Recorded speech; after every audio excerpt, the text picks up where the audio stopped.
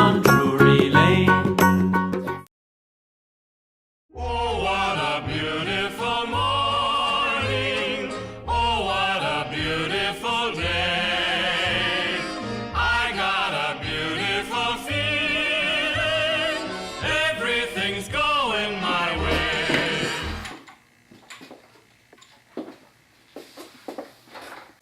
Hi, I'm Ginger Cato.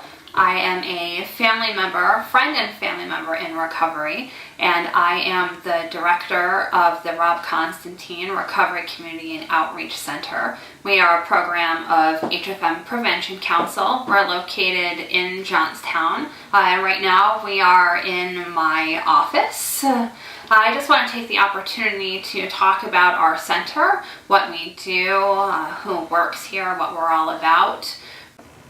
My role here, I oversee the day-to-day operations of the center. It involves a lot of paperwork, a lot of emailing, a lot of phone calls, but I help plan the events that we have. I supervise the staff. I make sure that everything flows smoothly. I do a lot of outreach. I do tabling events. I also train, so I train a 16-hour ethics class. I train a 30-hour recovery coach academy. So I'm out in public a lot. I worked for another organization. I worked for Catholic Charities, a fantastic organization. I worked for them for about 16 years. I worked as an advocate and community educator with the domestic violence program. And it's wonderful work. I loved the job, but it was time for a change. It was time for me to do something different. I had worked very closely with HFM Prevention Council, and having some background in family recovery, the executive director at the time offered me the position here at the recovery center, and I was thrilled. I was so excited to have that opportunity. The HFM Prevention Council has such a fantastic reputation in the community, and the recovery center was a new initiative with New York State, so I couldn't wait to start working here. So we do a lot of tabling events, a lot of outreach in the community, and obviously what we talk about is recovery. So what is recovery? Recovery means many things. We believe that you're in recovery when you say you're in recovery. That doesn't necessarily mean that you are abstinent from the substance that you're using, but that could be one form of recovery.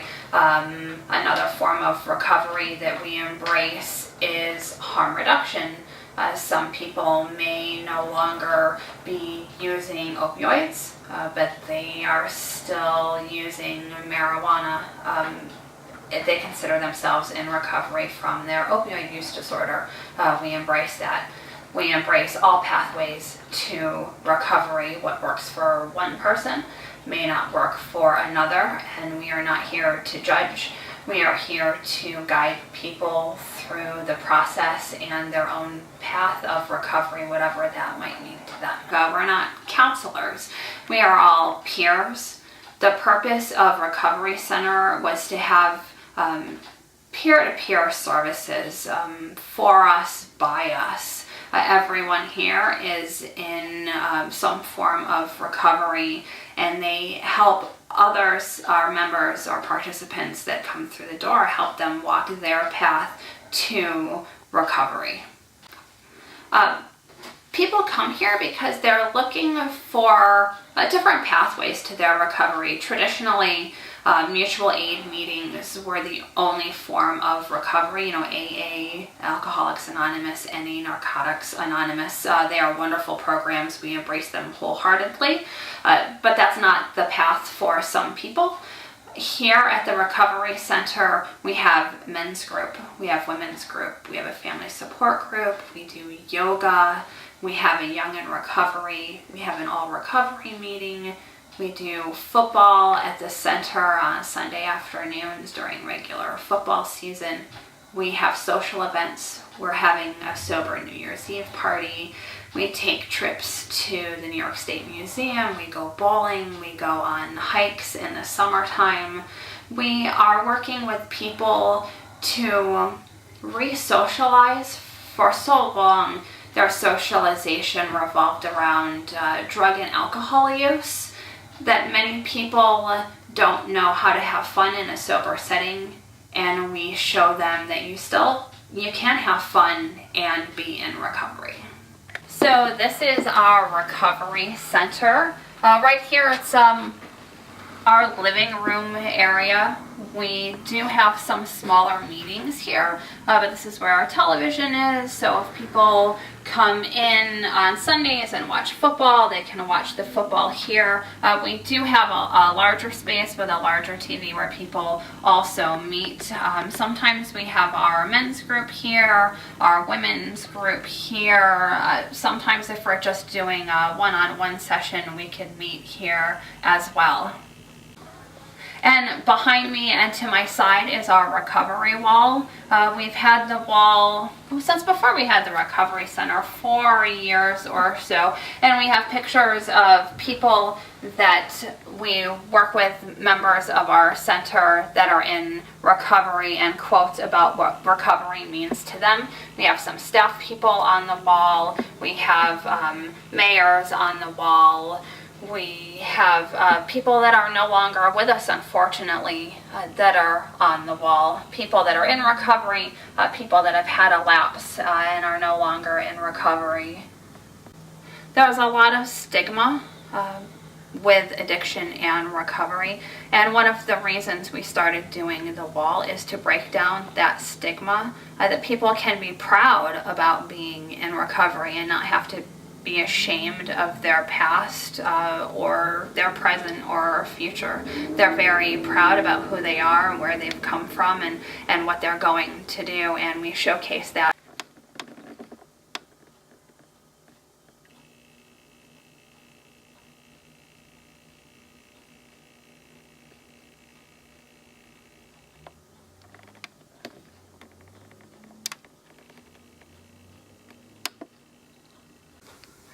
This is Todd Podrazik. He is one of our peer engagement specialists here at the Recovery Center. Todd, about 8 months ago, was a member here at the center. Started volunteering all of the time. He was always available, wanted to help.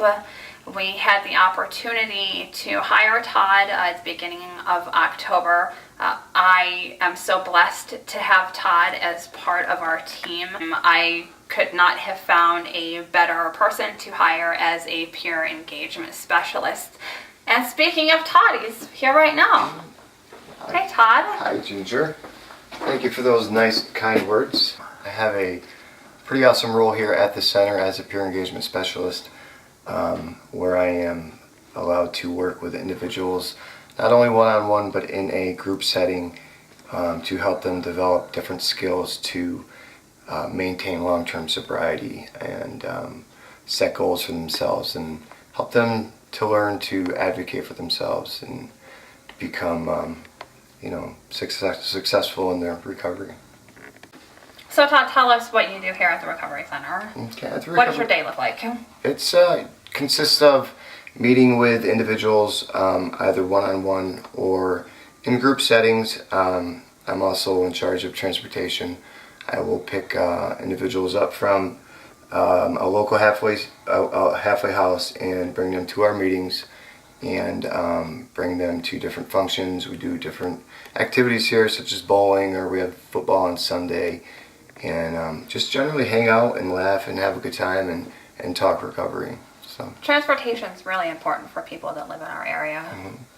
Yeah, I mean, it's not easy for people to get around here. There's not really a bus system around here. A lot of people that come to our center don't have cab fare and stuff like that, so for us to be able to actually go out and pick these guys up, I think is pretty huge. Yeah, transportation is a barrier to recovery. It is, yeah. Earlier, when we were in my office, we were talking about recovery, and my definition of recovery, but what does recovery mean to you? Recovery to me means freedom. It means integrity. It means a life of absolute joy, a life that I never thought was possible for me. I suffered with substance use disorder for over 20 years, and it's been the most amazing ride the last 4 years of my life, being completely clean and sober. So, okay, my story started about 20 years ago. I was prescribed Lortabs for some wisdom teeth removal, and in the process of my scripts running out, I was allowed to refill them several times, and then it wasn't a short leap from enjoying that feeling to trying to continue that feeling illegally in the form of heroin use.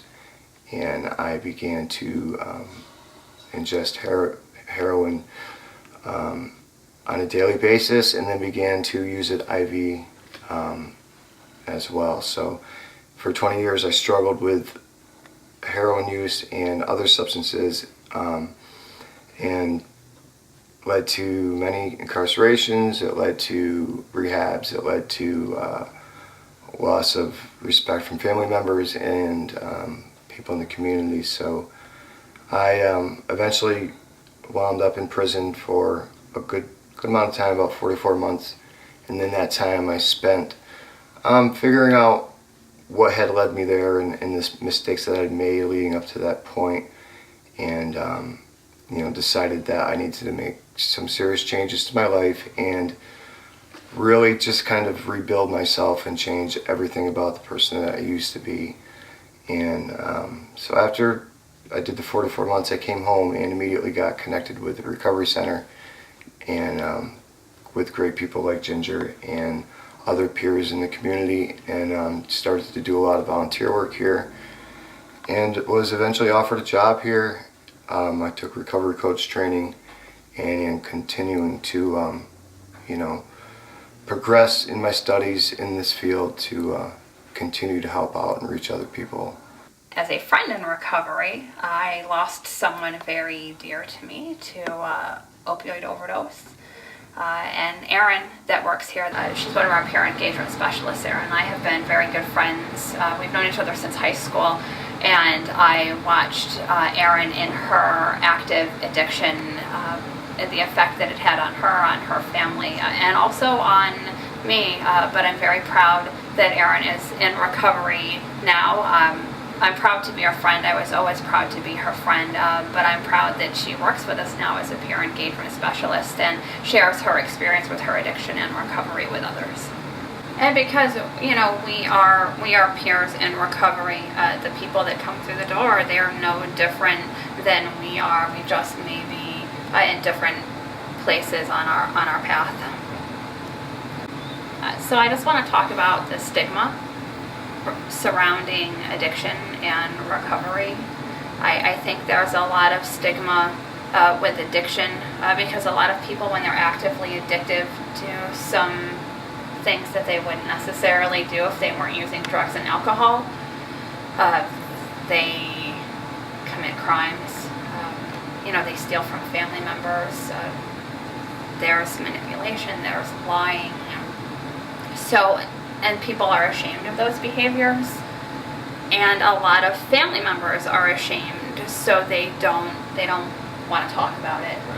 And then once people find recovery, and they're not necessarily using substances anymore, there's still stigma, and most drugs are illegal, so there's shame that people were using an illegal substance. The shame of how they acted, what they did. When they find recovery, in my opinion, people should be very proud that they're in recovery. But there's a long history of anonymity, and you can't tell people that you're in recovery because people are going to judge you and treat you differently. So there's the historical anonymity of addiction and recovery. So I think that's probably why there's a lot of stigma. Yeah. And I'd also have to say the stigma is a barrier to people trying to find their way into recovery, because they think that they're bad people, or they think that they've done something wrong, or they think, I know I felt that I couldn't be fixed, that, but learning about this disease concept, there was a choice that I made initially, but then that choice wasn't my choice anymore. It became a choice of my brain. My brain has a disease of addiction. So I think the more that people understand that fact, especially those that are still actively using, to know that it's, you might have made a bad decision a long time ago, but it's not your fault right now. There is hope for you. The show you are watching has been produced by SACC.TV.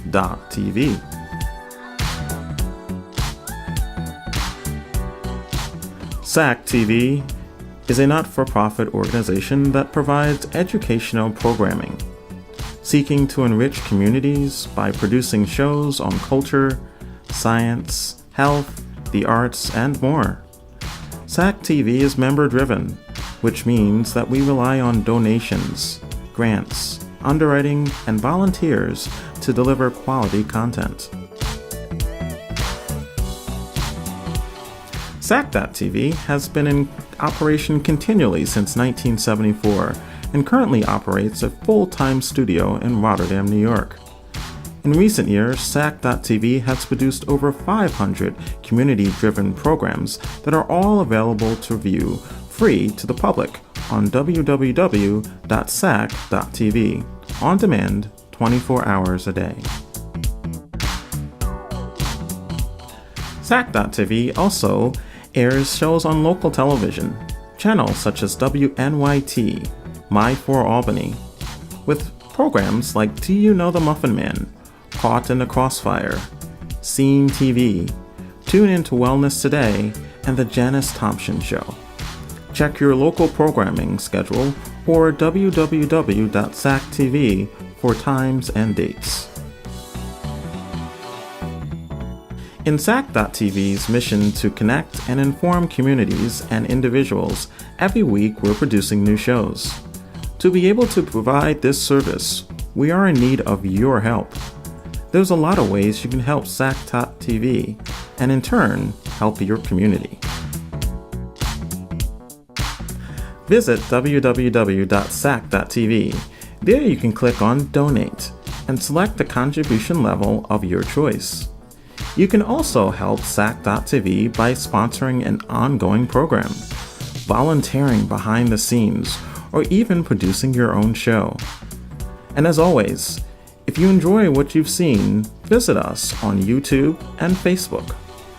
Subscribe, like, share, and pass the word around.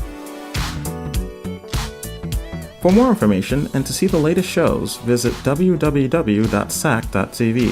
or contact us as director@sac.tv or by phone at 518-831-9145. For now, back to our program, and stay tuned for more great shows. So we move to the front of our center. This table is where we have staff meetings. We have our creative coffee house on some Friday nights. We do crafts here at this table for December. We're working on Christmas ornaments for our tree. Other months we've made recovery rocks with sayings of hope. Hope rocks, we call them. Hi, my name is Dave Fitzsimons. I'm the Family Support Navigator, and part of this program is we have family support groups.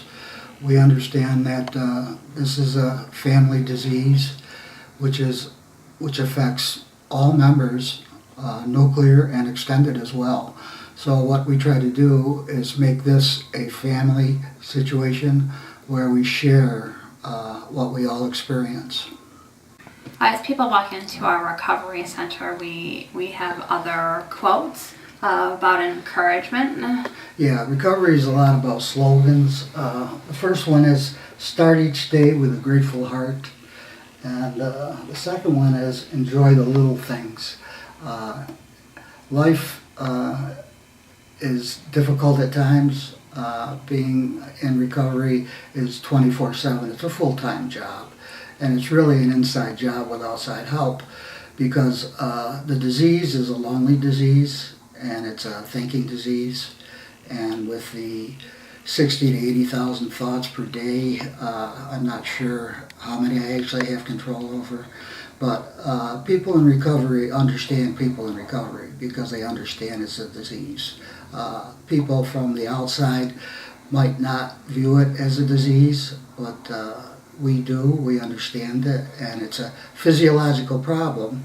And as people go into recovery, their body changes, and a major part of that is their brain. So our brains try to come into balance, which is called homeostasis, and it depends on the individual how long it takes. Can be weeks, months, but it also can be years. So we have to look at this disease as an ongoing healing process. But we would not have this center without the gracious funding and support of the New York State Office of Alcoholism and Substance Abuse Services, or OASIS. They honored us with 3 separate grants to help operate this recovery center. We have a grant for the recovery center. We have a grant for peer engagement specialists like Todd and Aaron. And we have a grant for a family support navigator. Unfortunately, we have become much larger than originally anticipated. We are outgrowing our physical space. When we started, we had 1.5 staff people. Now we have 4. Our common areas quickly became office space. We are adding so many groups and events, and we have requests for more groups and more events, but our staff honestly is stretched pretty thin. We could always use money, and we need a solid base of volunteers that can facilitate those types of groups. I'm Erin Eschler, and I work here as a peer engagement specialist at the Rob Constantine Recovery Outreach and Community Center in Johnstown, 86 Brick Street. And we serve Fulton, Montgomery County. My role here is a peer engagement specialist and as a certified recovery peer advocate. So if you hear that acronym thrown around, SERPA, that's what I am. How I came to be a SERPA and be a peer engagement specialist here at the recovery centers, I'm a person in recovery myself, which for me means that I haven't had a drink or a drug since August 2014. Part of my recovery journey started with treatment, very traditionally, and joining a fellowship, a 12-step program. And I wanted to see what was different this time, because I tried many times to achieve long-lasting recovery. And it baffled me and it hurt me for my brothers and sisters seeking recovery. And what I noticed is that I had finally connected with other people in recovery. And as grateful as I am for the fellowship that I belong to, I wanted other people to know that recovery was real, it was possible. Really what I think about when I think about the center is reduction of stigma. I want people to recommend friends and family proudly. We are not about illness, we're about wellness. So somebody can be established in their recovery, somebody can be thinking about recovery, somebody can want to explore what recovery is. And we want the businesses and the individuals and the members of the community to really see us as a welcoming place to come through the door and not be ashamed, and not be ashamed of the word recovery. In January, David will be facilitating a veterans group. That's brand new and very needed in our area. He's been working very diligently on making sure that the group is meaningful and... Yeah. As a former employee and volunteer at the Veterans Administration, I realize that there's a need to deal with veterans as well as military active personnel. Being a veteran is a 24/7 job. It's not something that just ends. Once you're in the military, you're a veteran forever. And the support that we receive is incredible, you know. So it's going to be open and it's going to be friendly, and we're gonna do our best to help people that are actively using and those in recovery, and that is a beautiful thing. There's this thing that we learned in our training called the Casserole Measure, and when anybody else goes to treat for a chronic illness, generally a friend or a neighbor will bring a casserole to the family's house and say, "How's everybody doing?" And that just isn't happening all the time with recovery and treatment. And so when we work with families and we work with individuals, we want to get to a place where somebody says to the family member and to the individual, "How are you doing? I think you're doing something really great here," and brings their neighbor a casserole. And so we're part of that change.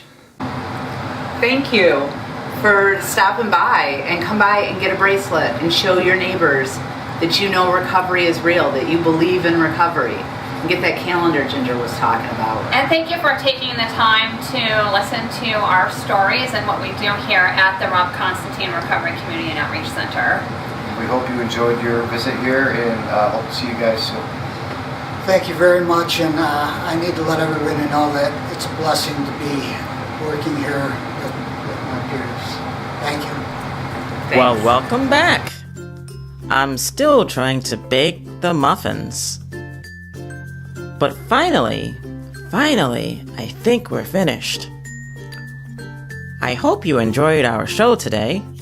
If you would like to make an order or donate muffins to charity, then please go to the website listed below.